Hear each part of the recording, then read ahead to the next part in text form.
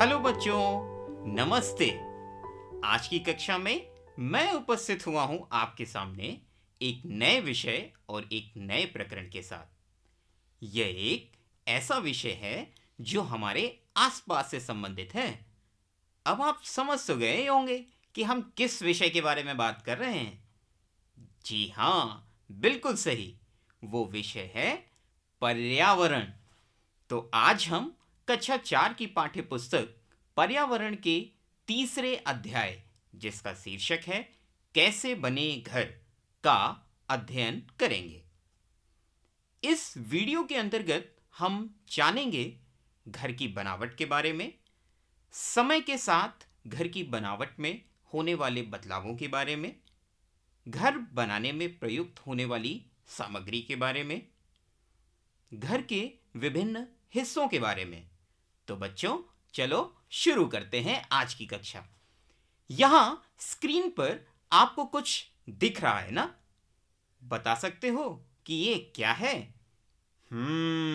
बहुत अच्छे। ये है ग्लोब, यानी कि संपूर्ण विश्व।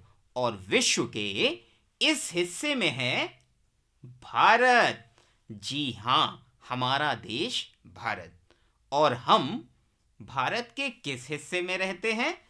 आइए देखते हैं इस नक्शे में। तो जरा पहचानिए अपनी स्थिति को। हाँ, बिल्कुल सही। हम रहते हैं भारत के उत्तर प्रदेश राज्य में। ये रहा उत्तर प्रदेश। और आप सभी उत्तर प्रदेश के विभिन्न जिलों में रहते होंगे, क्यों? है ना?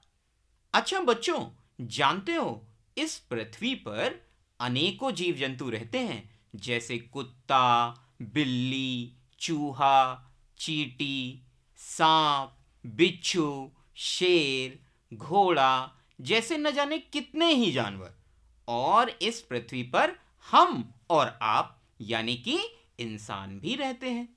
इन सभी के अपने अपने आवास यानी कि घर होते हैं। आइए देखते हैं। देखो, ये मकड़ी किस प्रकार अपने घर यानी आवास का निर्माण कर रही है, जिसे हम मकड़ी का जाला कहते हैं।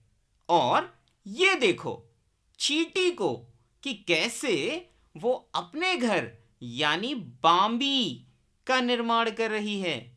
तो बच्चों, इसी तरह हम और सभी जीव जंतु अपने अपने घरों में रहते हैं, जैसे चिड़िया घोंसले में, कुत्ता कुत्ता घर में, गाय गौशाला में, घोड़ा अस्तबल में निवास करता है। इसका मतलब है कि हम ये कह सकते हैं कि वो स्थान जहां हम रहते हैं उसे हम क्या कहते हैं? उसे हम घर यानी कि आवास कहते हैं।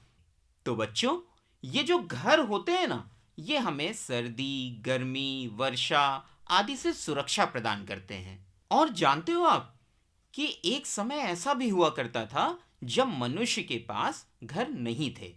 वो गुफाओं में, पेड़ की शाखाओं पर, घनी झाड़ियों में और जंगलों में रहा करता था। लेकिन समय के साथ मनुष्य के रहन सहन में बदलाव आया। और बच्चों, जानते हो कि पहले लोग मिट्टी के बने कच्चे घरों में रहते थे।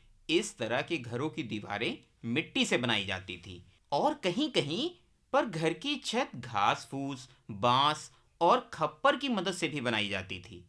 बच्चों, तुम्हारे आसपास भी कई तरह के घर दिखते होंगे, है ना? आओ अब जानते हैं कि किस तरह घर की बनावट में समय के साथ बदलाव आते गए। बच्चों, आज के समय में हमें जो घर सामान्यतः दिखाई देते हैं वो दो प्रकार के होते हैं। पहला तो कच्चा घर और दूसरा पक्का घर।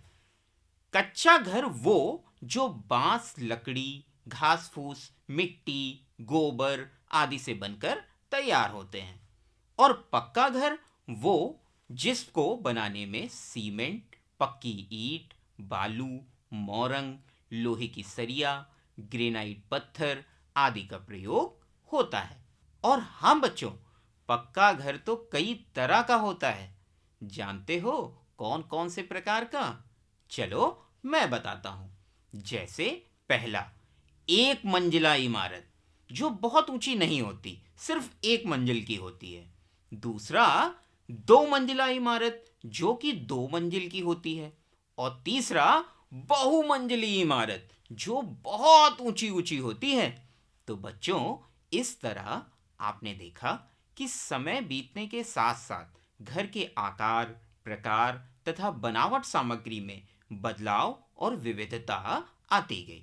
चलो अब जरा इसे भी समझ लेते हैं कि कच्चे घर वो होते हैं जिनकी छतें और दीवारें कमजोर हुआ करती हैं, तो वहीं पक्के घरों की दीवार, छत और फर्श सभी पक्के और मजबूत होते हैं। पक्के घर आंधी, तूफान आदि से भी कच्चे घरों की तुलना में अधिक सुरक्षित होते हैं। तो आया ना समझ में? चलो इसे एक बार और तुलना द्वारा समझकर देख लेते हैं। कच्चे घर घास फूस, मिट्टी, बांस, लकड़ी, गोबर आदि के बने होते हैं, जबकि पक्के घर सरिया, ईंट, गिट्टी, मोरंग, सीमेंट आदि से बने होते हैं। कच्चे घर कम मजबूत होते हैं, जबकि पक्के घर अधिक मजबूत होते हैं। कच्चे घर जो होते हैं वो आंधी, तूफान, बारिश कुछ भी आ जाए वो कम सुरक्षित होते हैं उसमें, जबकि जो पक्के घर होते हैं वो ज्यादा सुरक्षित होते हैं। तो बच्चों, मुझे उम्मीद है कि आप दोनों तरह के घरों में अंतर समझ गए होंगे। एक बात और बच्चों, आज से कुछ समय पहले तक घरों में शौचालय नहीं हुआ करते थे। लोग शौच के लिए घर के बाहर खाली पड़े स्थानों और खेतों में जाया करते थे, किंतु अब लोग शौचालय का निर्माण और उसका प्रयोग करने लगे हैं। मुझे उम्मीद है कि आपके घरों में भी शौचालय जरूर बना होगा और आप उसका प्रयोग करते होंगे।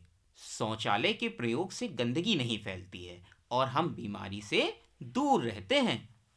तो बच्चों, देखा आपने कि किस तरह घर का स्वरूप झोपड़ी और कच्चे मकान से होता हुआ विशाल और आलीशान भवनों तक पहुंचा। बच्चों, अब हम बात करेंगे घर के विभिन्न हिस्सों के बारे में जिनका आप प्रयोग भी करते हो। जैसे खाना जहां बनता है उसे हम क्या कहते हैं? बोलो बोलो। हाँ, बहुत अच्छे। जिस स्थान पर खाना बनता है उसे हम रसोई घर कहते हैं। और घर के जिस स्थान पर हम स्नान करते हैं उसे हम क्या कहते हैं? उसे हम स्नान घर कहते हैं। इसी तरह घर के जिस स्थान पर हम सोते हैं उसे हम शयन कक्ष कहते हैं और घर के जिस स्थान पर हम बैठते हैं उसे हम बैठक कक्ष कहते हैं। अच्छा चलो, अब एक आप बताओ, घर के ऊपरी हिस्से को जहां हम कभी कभी सर्दियों में धूप सेकने चले जाते हैं या जहां हम कपड़े सुखाते हैं उसे हम क्या कहते हैं? सोचो सोचो थोड़ा सा। हाँ, बहुत अच्छे, उसे हम छत कहते हैं। तो बच्चों, यही सब तो घर के विभिन्न हिस्से हैं। उम्मीद है कि अब तक आपको सब कुछ समझ में आया होगा। तो बच्चों, आज की इस वीडियो में हमने क्या क्या सीखा, चलो एक बार दोहराते हैं। हमने सीखा सबसे पहले विभिन्न जीव जंतुओं के घर और उनकी बनावट के बारे में। उसके बाद धीरे धीरे समय के साथ घर की बनावट में होने वाले बदलावों के बारे में, घर बनाने में प्रयुक्त होने वाली सामग्री के बारे में और आखिरी में घर के विभिन्न हिस्सों के बारे में। अब आपके लिए कुछ प्रोजेक्ट कार्य है। आपको एक घर यानी कि मकान का मॉडल तैयार करना है और इसके लिए आप मिट्टी, लकड़ी, कपड़े के टुकड़े, जूते का डिब्बा, रंगीन कागज, रुई, माचिस की डिब्बी और रंग आदि की मदद ले सकते हो। उम्मीद है कि आपको आज की कक्षा में मजा आया होगा। हम फिर मिलेंगे एक रोचक प्रकरण के साथ और तब तक आप अपना ख्याल रखिए और पढ़ाई करते रहिए। धन्यवाद।